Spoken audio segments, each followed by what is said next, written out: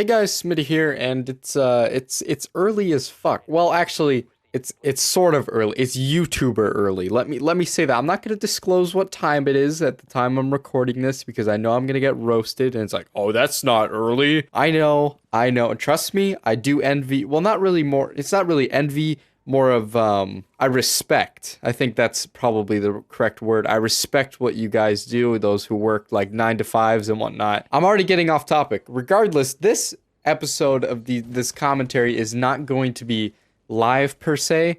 Well, what is live commentary? This is technically live what I'm recording right now, but the footage in the video is just gameplay from Rainbow Six from, I don't know, a few days ago. I've been testing new recording settings, so... And keep in mind, slight disclaimer, I'm not exactly the best at Rainbow Six yet. I am definitely learning, and I am advancing my way through the ranks. But in no way do I think I am a pro yet, and I don't think I'm a pro in any game, to be honest. Anyway, you can tell me whether it looks good or not. I mean, in reality, it's just a test to, see if it's good enough to use, because...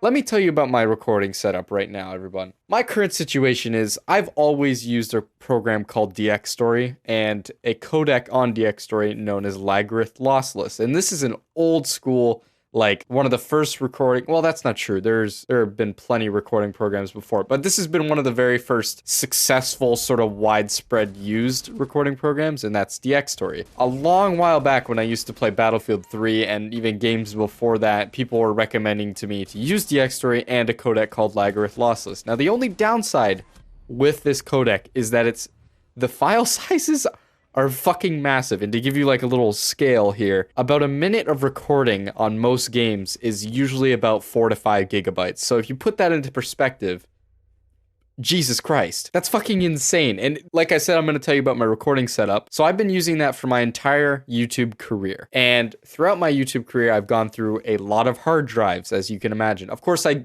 delete footage after I render the videos out. I have all of the videos I've ever uploaded in a file folder set and just ready for me to use if I want to use them again for like a best moments montage or whatever. But I delete all the raw footage after I've rendered it into a video so I don't have to keep it on the hard drive so I can record more footage. When I started out recording with this program, I had about a 2 terabyte drive, and I filled that up almost all the time. It was almost always full on my computer. So eventually, fast forward, I decided to upgrade and get a 4 terabyte one. Or I RAID 2 hard drives together, which is basically just combining the power to create a single drive that's even faster with double the capacity, blah, blah, blah. It adds together. And then I kept filling that one up. And now, fast forward to right now, I'm currently sitting with two 4 terabyte drives rated together to create 8, and I'm not gonna lie, that is almost filled up. So I'm at this crossroads now where this is all pertaining to quality. In fact, I don't know how I've spun on this long about this whole thing. I mean, I was gonna talk about a whole different thing in this video, but I'll get to it. I mean, I gotta stretch the video to 10 minutes anyway, right? Because that YouTube money. So the reason I'm testing this new footage and why the gameplay might look tiny bit different, hell, it might not even. It might just be placebo and it looks as good as my other DxStory program that I used before. This footage is recorded in OBS, by the way, that you're seeing on the screen here. Now, the reason for this switch, and it's very obvious as I've already discussed it, the file sizes are tiny as fuck compared to what DxStory and Lagarith is pulling out for me. I don't have exact numbers in front of me right now, but I think about 10 minutes of recording with my current settings on OBS is literally only about maybe 5 gigabytes, maybe, and that's really good compared to 1 minute equals 5 gigabytes. Are you guys fucking bored yet? Are you bored listening to me? I mean, I'm just kind of rambling at this point, but there's shit I want to talk about, and I'll get to it. Okay? I'll get to it. So yeah, I'm gonna test a little longer with these settings, see if I can tweak them a bit to make them look better. And hell, maybe they even look good as they are. I mean, I'm not really gonna ask for opinions in the comments on it because I mean, if it's best for me just to record at a tiny lower quality for the amount of space I save, I think it's totally worth it. The quality of the videos ain't gonna change in terms of my editing style. Of course, that would have nothing to do with it, but you need to know that we golden, okay? We golden, we lounge, and we legends. Okay, so now that I've rambled on for a solid, how long has it been? What? Oh my god, I just looked at my recording. Wait, do I have footage in front of this? Hold on. Okay, the footage, I've only been recording for about 6 minutes at this point. Okay, all right. Granted, it may not be 6 minutes on the video that you're watching, or hell, maybe it is, but I have, cut it down a bit just to get rid of the little the blank spaces in between my sentences. So anyway, to the real topic of this video, I feel like it needs to be addressed. You guys need to know, and perhaps some of you don't really care, and you know, you won't really, you know, look into it or investigate further. So some of you guys know, on the video where I announced my G Fuel sponsorship, I said that it would be 30% off. My code would be updated to 30%. When the video was live, even the day before it was supposed to be live, but the timing was really bad. E3, the guys were traveling, you know,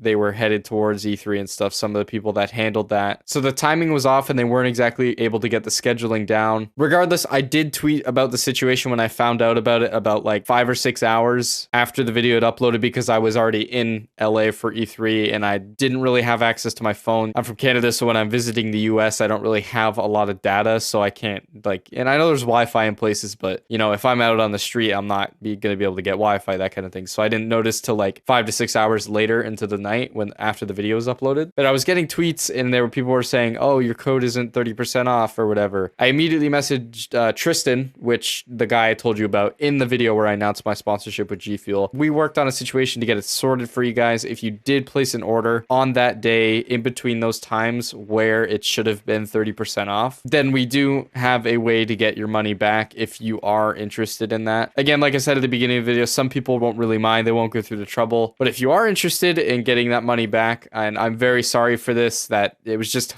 terrible timing. I don't want this to negatively impact G Fuel or myself. I don't want this to show us in any kind of bad light. I myself am sorry, and the team at G Fuel is sorry for this little inconvenience. So I was given the option to pass on to you guys if, you know, if I wanted it in a video, which I'm doing right now, and that is the main reason I'm doing this video, that if you did place an order on the day the video went live, which I think was the 13th of June, if you email the email on the screen here, info@gammalabs.net, with your name and order number, they will gladly be able to assist you in getting the refund for the difference of what you should have got if the code was set to 30% correctly. Again, I'm very sorry about this, but I felt like I needed to talk about it in an actual video and inform the people that may not even be aware when they placed an order that the code was not correctly set to 30%, and I'm very sorry for that. They did fix it very quickly though. I mean, I had to message Tristan first to inform him that I'm getting tweets from you guys saying like, oh, the code's set to 10% and whatnot. It's not set to 30, which was 5 to 6 hours after the video was uploaded, but there's really nothing I could do about that in regards to timing. Either way, there's your solution. If you're interested, that I just gave all the information back a few maybe like a minute ago or something like that. But now I can confidently say that if you use code S7 on gfuel.com, you will get 10% off your next order. I love these guys, man. I love how accessible their company is. I love how I have a direct contact there, that if I have any issues at all, if you guys are telling me that something's wrong, I can just hit him up immediately and we can get it sorted ASAP. And like I said, some of you might not even care that, you know, it wasn't really 30% off and you're just still gonna not even bother getting a difference of the refund or whatever. And even if you do want to get the refund, I completely understand. I'm not gonna think of you any differently specifically. But yeah, anyway, I think that's gonna wrap up this video. Just a little kind of, it wasn't as like goofy as my regular commentaries because they're actually live and I can do stuff with the gameplay and whatnot. Nevertheless, hopefully you guys still did enjoy it. I'm very sorry again for this inconvenience that happened. If you did enjoy the video, make sure to leave a like on it. Again, hopefully you guys enjoyed it, and I will see you guys later.